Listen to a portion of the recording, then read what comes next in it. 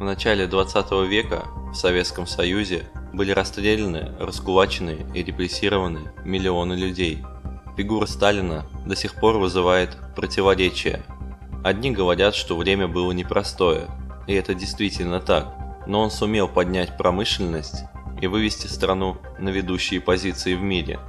Другие же помнят, как сотрудники НКВД приходили домой и забирали людей, после чего те отправлялись в лагеря на 7 или 10 лет, и далеко не всегда они были преступниками.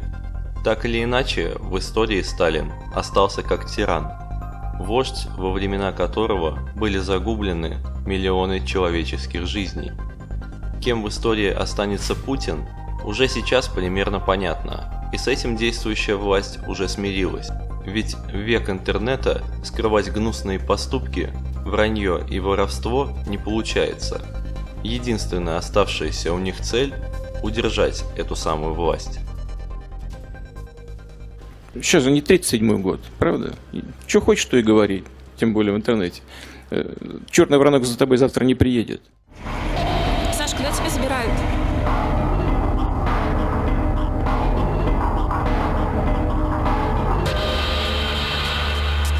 Вот вы помните, чтобы у нас по стране такого масштаба происходила операция против коррупции или против террористов?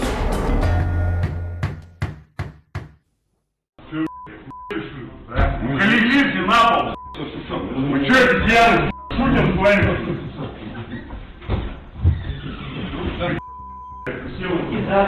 Адвокат, приедем, поговорим. При производстве обыска участие адвоката не бесплатно, не обязательно, это ваше право. Вы сейчас не откроете, у нас сотрудники МЧС здесь, мы начинаем вскрытие. Мы ждем адвоката. Вы слышите? Я вам даю 10 секунд, мы начинаем открывать двери.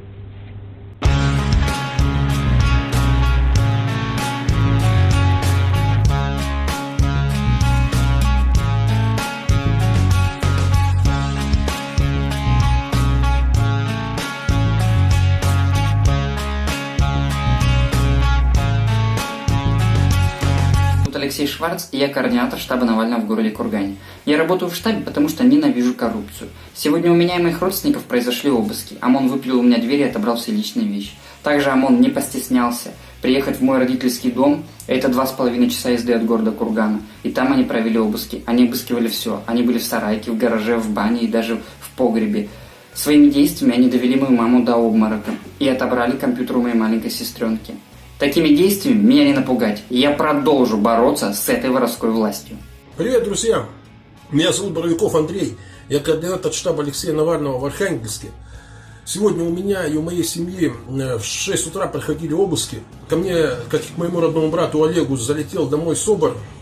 Меня впечатали в стену и перевернули весь дом кверх дном. Отобрали ноутбук, отобрали телефон, то же самое отобрали у моего брата, ноутбук и телефон. Потом мы поехали в штаб. Но я был готов, и штаб встретил сотрудников правоохранительных органов пустым. Их это несказанно расстроило. И в расстройствах они начали копаться в мусоре. Нашли там разные бумажки, остатки от продуктов и приобщили их к делу. Привет, меня зовут Евгений Карпов, я координатор Белгородского штаба Навального. Сегодня ко мне и к моей семье пришли с обысками. Обыск проводили как в квартире, в которой я здесь живу, так и в квартире моих родителей. На мои счета наложен арест, а хозяйка, у которой я снимал жилье, сказала мне в течение 2 суток съехать с квартиры. Теперь я вынужден искать новое жилье. Все эти методы применяются к нам только для того, чтобы запугать нас и парализовать нашу работу. Но мы не остановимся и продолжим делать ее только лучше. Сегодня в 6 утра в дом к моим родителям, где я прописан, в городе Тутаеве, ворвалась следственная группа Следственного комитета для проведения обыска по сфабрикованному делу против ФБК. Вели себя по-хамски, отобрали телефоны, не позволяли совершить никаких звонков. С родителями не было связи. У мамы высокое давление, гипертония. Подскочило давление за 200. Перевернули дом вверх дном, изъяли компьютер, электронные носители информации, телефоны. Копию протокола об изъятии даже не выдали на руки. Около 100 обысков по всей стране, в 41 городе. А результатом этого, как ни странно, стало умное голосование. Многие не видели смысла в этой задумке, но оказалось куда проще. Власть просто бесится, что в этот раз все пошло не по их плану. Вы не можете никак разобраться. Сами формируете оппозицию. Сами себе могильщиков формируете. Ведь сами все это делали. КПСС сформировала демократов. Они все бывшие члены КПСС. Вы формируете Навальную. Теперь вы Любу раскочегарили, чтобы она теперь вместо Навального была. Это вы сделали. Вы зачем стали запрещать протестные акции? Разрешите им. Я 100 раз говорил в Кремле. Пусть ходят и орут, что хотят. Они прекратят орать и говорить. Нет, вы их арестовываете. Дубинкой по спине и хуже делаете. Последний раз вы ничего не сделали. Владимир Владимирович, да. Про какую вы всю Любу говорите? Про какую всю Любу говорите? Целый день. Что за Люба? Соболь, Любаша, Соболь. Это вместо Навального делают. Потом будет Юля, Конституция у нее кличка, сексуальный символ. Они вам подсовывают. Так вы это делаете. Зачем в Данию выпустили ее? Что, остановить нельзя было эту девочку? Фанатка. А Люба это вот Соболь, наверное, любовница этого Навального. Давайте мы поручим комиссии, чтобы изучила все эти вопросы. Вот вы говорили о том, что Навальный завербован в Ельском университете. Пускай комиссия разберется. Вот. Люба, пускай с этой Любой разберется комиссия. А что происходит? Почему закрыто? Активисты и представители прессы пытаются узнать, что происходит за закрытыми дверями. Сегодня утром крыло офисного здания, где находится Екатеринбургский штаб Алексея Навального, перекрыли люди в черном. Объяснений никаких не дают. Даже часть арендаторов соседних офисов сегодня не может попасть на работу. Они перекрыли эту часть, просто не пускают туда людей. Они запустили туда только арендодателя, чтобы он дал им ключи, и они зашли в офис, я так понимаю.